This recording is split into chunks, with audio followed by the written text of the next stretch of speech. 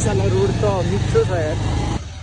अब हाम्रो चाहिँ अहिले मोहिनी झरनाबाट सरी मोहिनी भने भात ड्याम के अरे कुलेखानी ड्यामबाट मोहिनी जाँदै हो होइन। मोस्ट अफ रोड चाहिँ उतापट्टिको पाहाडमा रहेछ।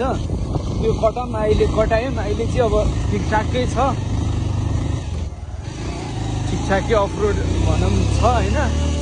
तपाईँहरू चाहिँ यो बाटो इनकेस मनसुनमा आउने सोचिरहनु भएको छ, पानी पर्ने सिजन आसपास भने चाहिँ नेभर है, सुइटेबलै यही बेलामा रहेछ। यस्तो इमेजिन गर्नु त यो बाटो हिलो भयो भने के छ हालत, के गरी कुदाउने। बल्ल हामीले एउटा फेरि एउटा गाउँ हेऱ्यो होइन, उतापट्टिबाट आउँदा क्रसओभर भएर अहिले हामी मोहिनी झर्ना जाँदै कुलेखानी ड्यामबाट। ड्याम चाहिँ खास छन चाहिँ त्यहीँ छ होइन। यो क्रस गरेर यता आउनलाई चाहिँ बाटो लास्टै लामो रहेछ क्या। प्रोभाब्ली उताबाट नि थियो होला, तर खोइ हामी यताबाट आइहाल्यौँ होइन, थाहा पाएन। ठ्याक्क कुलेखानी ड्यामबाट त्यो ब्यारेकबाट ओह्रालो झरिन्छ होइन। ओह्रालो झरिसकेपछि अलिक तल आएर भनौँ न हेटौँडा जाने रोड आउने, अनि हेटौँडा आउने रोडबाट चाहिँ राइट साइड लिएपछि चाहिँ छिरेको हामी यो गाँडगुलित बाटोमा होइन।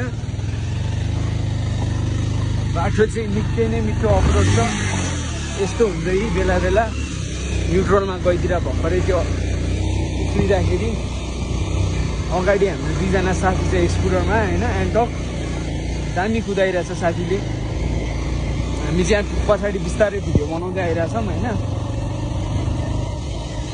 यतातिर चाहिँ बरु बाटो राम्रो रहेछ।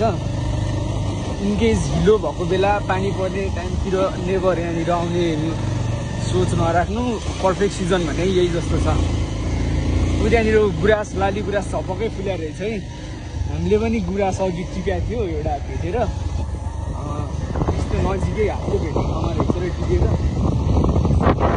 गुराँस चाहिँ हामी त्यो सजाउनु अब काम नि छैन।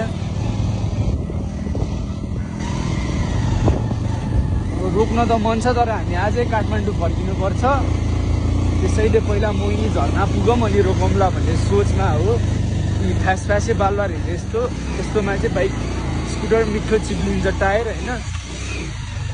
एकदम हेभी ड्राइभर बाइक, कच्ची ड्राइभर भर्खर सिक्दै हुनुहुन्छ भने त नआउँदा पनि हुन्छ यो बाटो।